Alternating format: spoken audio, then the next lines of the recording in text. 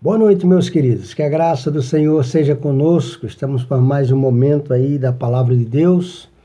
Louvamos a Deus pela oportunidade de estarmos aqui mais uma vez. Eu quero convidar você a abrir a sua Bíblia no Evangelho de Mateus, no capítulo 14. Nós vamos ler aí a partir do versículo 22. Vamos fazer uma metáfora desse texto, uma comparação com o retrato da nossa vida cristã.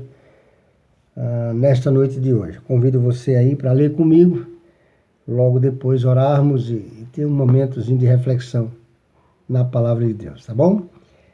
Mateus 14, a partir do 22. A palavra do Senhor nos diz assim: Logo em seguida ele obrigou seus discípulos a entrar no barco e ir na frente dele para o outro lado, enquanto ele mandava as multidões para casa. Tendo as multidões para casa, subiu ao monte para orar, em particular. Ao anoitecer, ele estava ali sozinho. Enquanto isso, o barco já estava bem longe da terra e era sacudido pelas ondas, pois o vento era contrário. Já alta madrugada, Jesus foi até eles, andando sobre o mar. Mas, ao vê-lo andando sobre o mar, os discípulos assustaram-se e disseram: É um fantasma! E eles gritaram de medo.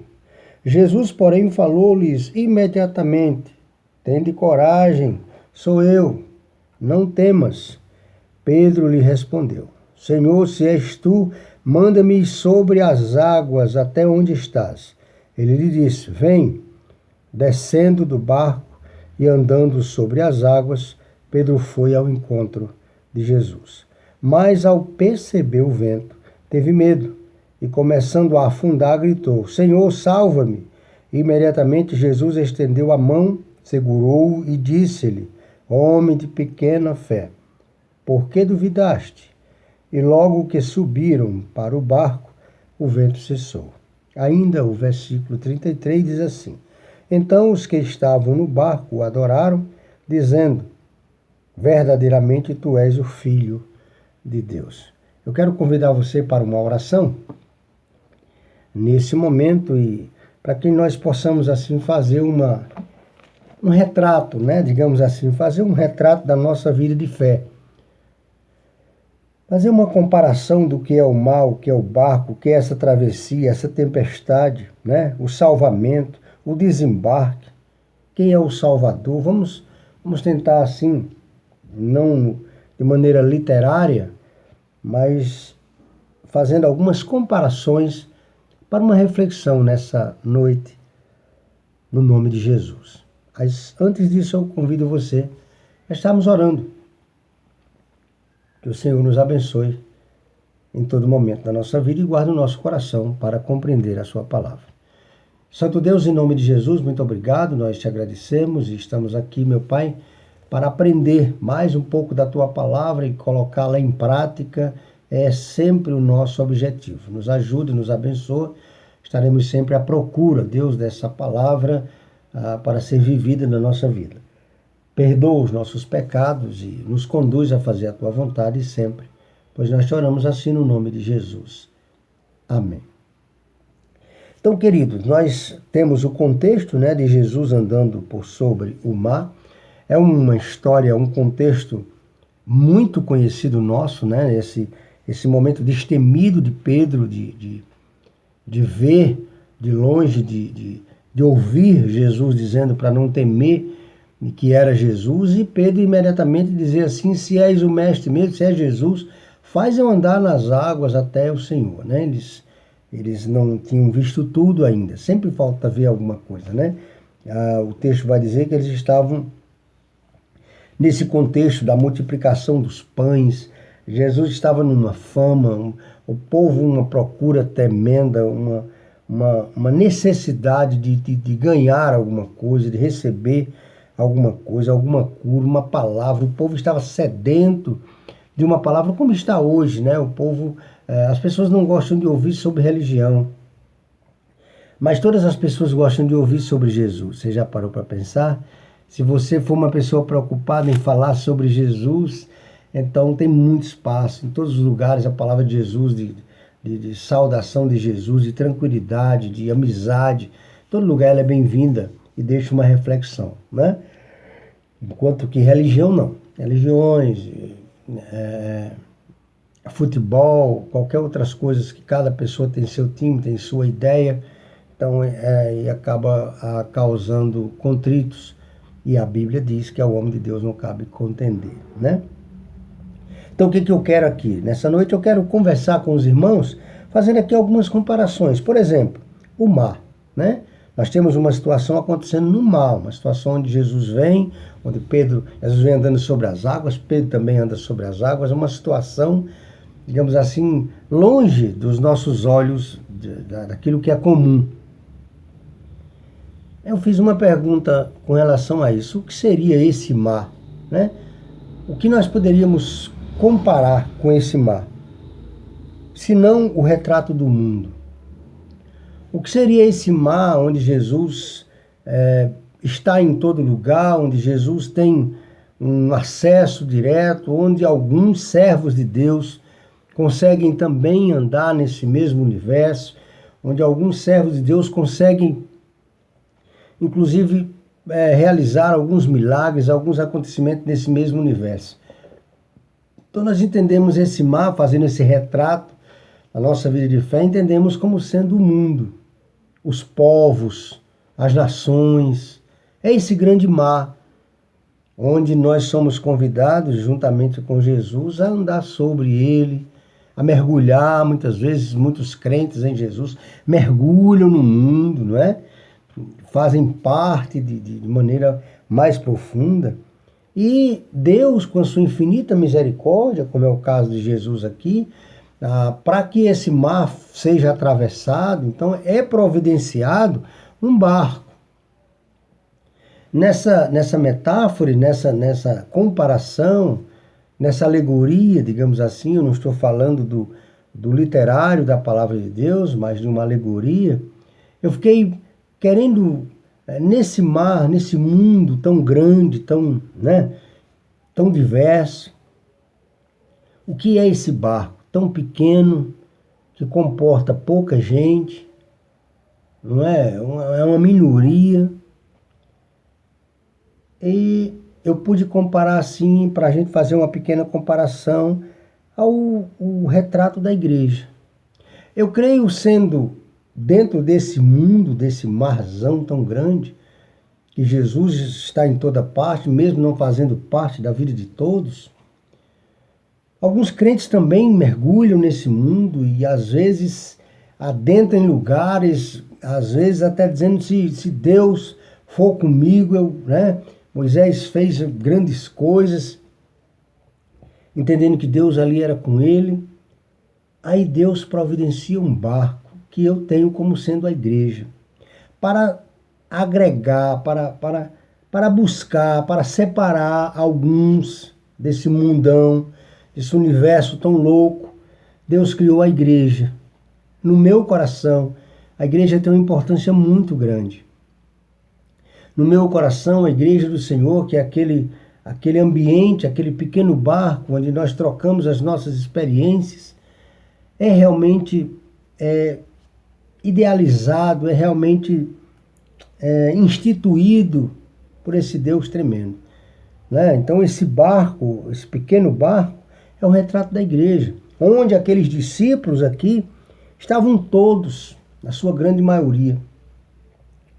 Mas eles estavam naquele barco, dentro daquele marzão, então era necessário que acontecesse uma travessia para atravessar para o outro lado. Então os desafios para esse atravessar, para chegar no outro lado, é um retrato da nossa vida, queridos. Nós estamos nesse mundão, o Senhor nos convoca, nos convida, nos coloca num pequeno barco, a igreja, e nós precisamos nesse barco, dentro desse barco que é a igreja, atravessar, fazer essa travessia. É a história, é a imagem da nossa vida. A travessia, rumo a terra prometida, rumo ao lugar objetivado por nós, né? E aí vem, claro, que nesse mundo nem tudo é mar de rosas. Nessa travessia nem tudo é tranquilidade, nem tudo é paz. E às vezes, para uma presença real de Jesus na nossa vida, é necessário experimentarmos a pequena tempestade, a pequena dificuldade. Porque às vezes, quando está tudo bem na nossa vida, tudo maravilhosamente bem, às vezes não sentimos falta de Jesus. Está tudo bem? Está tudo ok?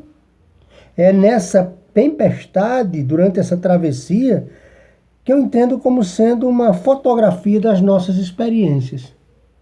Enquanto nós atravessamos essa nossa vida, passamos e experimentamos alguns momentos que nos trazem maturidade, frustrações, desesperos. Alguns abandonam o barco, não é?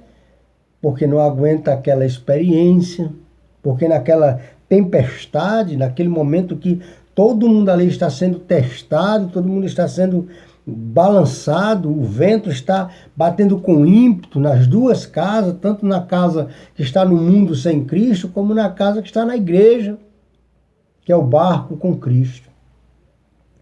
O vento batendo ali, aquele mar parece tranquilo, as ondas vão de lá para cá, balança, faz barulhos, etc e tal, é o ambiente dele, né? Mas no barco não. No barco, aquele vento que para o mar, que para o mundo é tranquilo, que para o mundo é algo normal, no barco é tempestade, porque estamos em um ambiente pequeno, fechado, né? Uma visão de comunhão para um único mediador. E aí eu tenho como um retrato das nossas experiências. Passamos por dificuldades, por experiências tremendas, enquanto estamos nesse barco. E é nesse momento, nessa luta que estamos nesse barco, com essas dificuldades tremendas, que Deus nos providencia o salvamento. Que eu tenho esse salvamento, como aconteceu aqui com Pedro, não é? Eu entendo esse salvamento como sendo um retrato da nossa salvação. Às vezes estamos dentro da igreja, que é esse barco, mas não temos noção de que somos, de quem somos, para onde vamos. Não temos a real noção de salvação. Tantas pessoas que imaginam que por estarem no barco, na igreja, estão salvas. Não. Elas podem, às vezes, se salvar de uma pequena tempestade, de pequenos contritos. Mas uma salvação vindoura para o final dessa travessia precisa de um relacionamento, precisa de um acontecimento. É necessário que haja um momento de que esse encontro, essa necessidade, venha causar no nosso coração uma necessidade muito grande do Senhor nas nossas vidas, que é esse momento aqui do salvamento, que é um retrato da nossa salvação. Às vezes estamos desesperados, às vezes estamos sem saber mais ou menos o que fazer, a quem clamar, como clamar, e de repente Deus proporciona uma salvação para nós. Um salvamento, e nós começamos a compreender de maneira diferente, essa travessia começa a acontecer de maneira mais tranquila, as tempestades vêm, mas nós não estamos mais sozinhos, então nós as combatemos melhor, nós já estamos colocando elas numa proporção melhor, porque o Senhor Jesus está no barco. E esse salvamento nos faz direcionar os nossos pensamentos agora não mais para o mundo, que é o mar. Foi assim que Pedro, quando olhou para o vento, diz o texto, quando ele olhou para o vento, que percebeu aonde estava, que percebeu o mar que ele estava, que ele não estava no barco e sim no mundo. Então ele começou a gritar. Ele começou a se desesperar: Senhor, salva-me, me ajuda. Quantas vezes nós temos pessoas que abrem mão desse barco maravilhoso, da igreja do Senhor, e cai no mundo, cai no mar. dizendo estar bem com Deus, dizendo estar fortificado, dizendo não ter mais medo de nada, de cair, nem nada, nem ninguém, e começam a agir por conta própria, e entram nesse mazão aí, entram nesse mundo aí sem fim. Enquanto que o Salvador, ele realiza aqui o salvamento, que é a ideia aqui desse salvamento. Ele salva, traz para o barco, e aí acontece o desembarque, que eu entendo como sendo uma garantia da glória vindoura. O estar de volta no barco, não é? Aquele momento que Jesus pega Pedro ali e diz: rapaz, por que você, né? Por que você duvidou, né? Tão pouca fé você tem, cara. O que você duvidou? O que você afrontou? Se não tinha coragem, né? Mas ali Jesus o toma pelas mãos, o segura, traz para dentro do barco, ou a igreja do Senhor. E ali eu entendo como sendo uma garantia da glória vindoura do Senhor. Porque a palavra de Deus é bem clara quando diz que Jesus vem para buscar a sua igreja. Então Jesus não vem para buscar o mar, Jesus não vem para buscar o barco, Jesus vem para buscar a sua igreja. E aqueles que estiverem, né, aqueles que estiverem ali dentro da igreja do Senhor, esses serão salvos, porque há uma promessa de Deus para nós. Esses serão absorvidos, né? Esse desembarque que acontece, essa tranquilidade que vem, que faz as pessoas dizerem: verdadeiramente este é o Salvador, né? Como os camaradas aqui no versículo 33. E os que estavam no barco, ou seja, na igreja, né, o adoraram, dizendo: verdadeiramente és filhos de Deus. É o que nós fazemos na igreja. Jesus o Senhor, Jesus o Salvador, Jesus o autor da nossa fé, Jesus o adorado, o desejado de todas as nações, Jesus o nosso Senhor, Jesus o nosso Salvador. Então, quando nós estamos na igreja, a igreja nos traz isso. Ser igreja, ser comunidade, porque ser templo sou eu. Ser igreja sou eu. Quando eu me uno a outros irmãos, é a igreja reunida. Num lugar que Jesus catou cada um de nós de situações, de travessias diferentes, e trouxe para o mesmo lugar para receber os elogios dos seus filhos. Deus é um Deus zeloso e que não divide sua glória com ninguém. Preste atenção nisso. Nem com você mesmo. Deus não divide a sua glória. A César o que é de César, diz Jesus, e a Deus o que é de Deus. Então nós temos muito pouco para dar a César. Às vezes nós devemos a Deus e devemos a César. Às vezes, quando somos rebeldes com César, quando não pagamos nossos impostos, quando não pagamos nossos honorários, nossas coisas que temos que pagar, somos rebeldes com César. E também rebeldes com Jesus, porque foi ele que disse: a César o que é de César. Então, quando a gente falha com César, a gente está falhando com Jesus também. E a Deus o que é de Deus. Então, aí é que complica, não é? Pensando no final assim dessa alegoria, dessa palavra, eu entendo o Salvador aqui como sendo o Senhor que vem para nosso barco. O Senhor Jesus, quando é invocado, quando é adorado, quando é exaltado, quando é elogiado pela sua igreja, ele está no meio dela. Foi ele mesmo que disse: onde houver 2 ou 3 reunidos, igreja, comunidade, eu estarei no meio. Olha como é interessante. Jesus firmou um compromisso. De onde a igreja estivesse reunida, ele estaria ali. Então ele vem para o nosso barco, né? Ele vem para a igreja para receber os elogios, para receber os pedidos. Quando eu lembro do salmista Davi dizendo: uma coisa eu peço ao Senhor, e essa coisa eu perseguirei até os últimos dias da minha vida, é que eu venha a estar na tua casa por todos os dias da minha vida. Davi era um homem apaixonado pela igreja, pelo ambiente, pelo templo, pela casa do Senhor. Quando ele fez uma reflexão de que a sua casa, seu palácio estava maravilhoso, mas Deus estava numa tenda. Deus estava numa tenda que era uma tenda móvel, e ele começou a dizer: puxa vida, eu não parei para pensar nisso. Eu tenho uma casa tão boa, eu tenho um castelo maravilhoso, está à minha altura. Eu vou fazer um castelo para Deus, eu vou fazer uma casa de oração para Deus. Foi ele que, pela primeira vez, olhando para a sua casa, ele viu como Deus, o lugar onde se dizia que a presença de Deus era real, como estava fraco.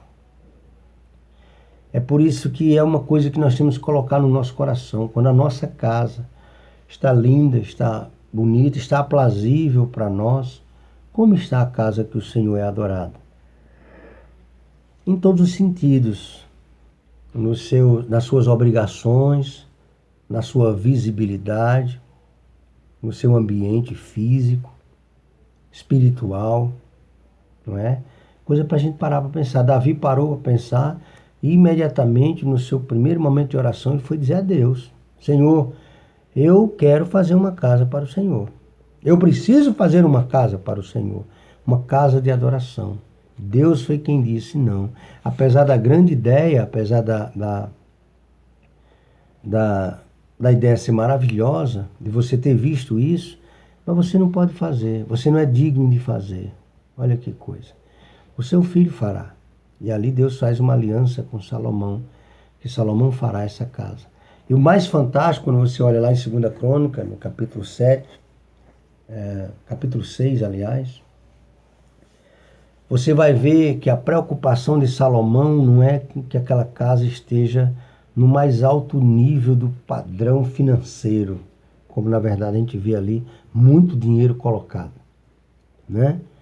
Mas a preocupação de Salomão é que Deus receba as orações, é que Deus se agrade daquele ambiente, que Deus se agrade do que está ali, que as pessoas que venham de fora, que as pessoas que venham do mundo, do mazão, possam ouvir Deus naquele lugar, possam sentir Deus naquele lugar. O capítulo 6 ali de 2 Crônica é fantástico, porque ele começa a se questionar: a casa está no mais alto nível do padrão, mas será que Deus vai se agradar? Aí ele faz uma oração dizendo: Senhor, eu queria que os peregrinos, ao adentrarem nessa casa, recebessem, entendessem, compreendessem e sentissem a tua presença, que o Senhor os respondesse. Isso era o que agradaria o meu coração. Não era somente pelo local. O que é que ele estava dizendo? Não basta ter uma casa bonita, não basta ter dinheiro, não basta ter fama. É muito importante que Deus se agrade da nossa vida, da nossa casa. E o mais impressionante, o próprio Jesus, naquela hora que ele saiu virando os bancos ali, porque aqueles cambistas estavam vendendo, ele diz: a casa do meu pai será chamada casa de oração, e vocês têm transformado ela em covil de ladrões. Então, Jesus repete ali umas palavras de Isaías, que a casa de Deus seria chamada casa de oração. Lá em Isaías. Impressionante que Davi, ele vai ter esse pensamento, Salomão vai fazer essa casa, vai fazer essa oração no capítulo 6 do segundo livro de Crônicas. E no capítulo 7, aquele versículo mais conhecido nosso, né? 7,14, é a resposta de Deus a Salomão. Então, quando chega naquele momento ali que Deus observa toda a casa, olha todos os detalhes que havia sido feito conforme ele havia pedido, ele agora traz uma palavra para o povo dizendo: se o meu povo, que se chama pelo meu nome, orar, me buscar e se converter dos seus maus caminhos, eu ouvirei dos céus, perdoarei os seus pecados e sararei a terra. Que resposta maravilhosa. Salomão, se o povo usar essa casa para a adoração, se o povo usar essa casa e por conta do convívio deles nessa casa, eles se arrependerem dos seus maus caminhos, se o povo começarem a buscar a minha face, então todos ouvirão a minha voz, porque eu vou salvar a terra, eu vou sarar a terra. E a partir daquele pacto com Salomão, depois daquele momento com Salomão, por meio da igreja do Senhor, a gente pode ver Deus cumprindo a sua palavra, enviando Jesus para sarar a terra. Jesus, sara a nossa terra. Então a igreja é um lugar maravilhoso. Esse momento aqui eu tenho como